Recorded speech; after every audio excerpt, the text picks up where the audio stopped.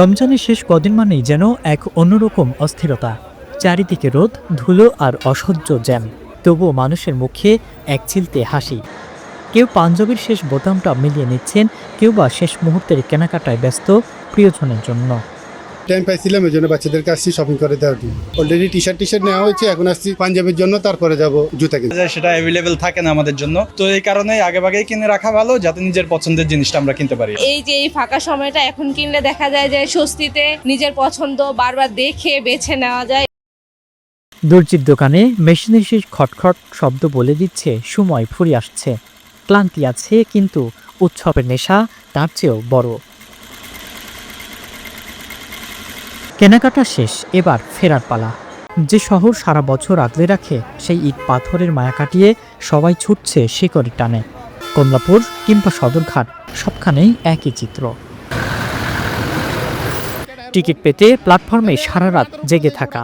এই ক্লান্তিটা কষ্টের নয়, এই ক্লান্তিটা দীর্ঘ অপেক্ষার অবসান ঘটানোর।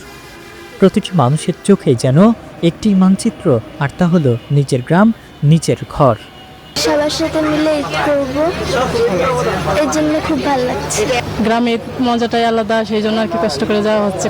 জানালার ওপাশে তাকালে বদলে যায় দৃশ্যপট। ধুলোমাখা শহর পেরিয়ে সবুজের সমারোহ। ট্রেনের সরু সিট জায়গা না পেয়েও দরজায় দাঁড়িয়ে থাকা মানুষটির মুখেও এক অদ্ভুত তৃপ্তি মেলে।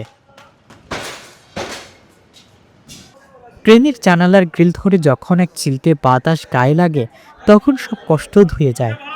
বাড়ির আঙিনায় অপেক্ষায় থাকা মা বোন কিংবা ছোট ভাইটির মুখ মনে পড়লে এই দীর্ঘ পথ যেন নিমিষেই ছোট হয়ে আসে। ঈদ মানে কেবল উৎসব নয়, ঈদ মানে দূরত্ব ঘুচিয়ে আপনজনদের সাথে মিলেমিশে এক হওয়া। এই যে বাড়ি ফেরার যুদ্ধ, এই যে শেষ মুহূর্তের হাহাকার, সব কিছুর শেষ গন্তব্য কেবলমাত্র ভালোবাসা। ইব্রাহিম প্রামাণিক, ডেইলি সান।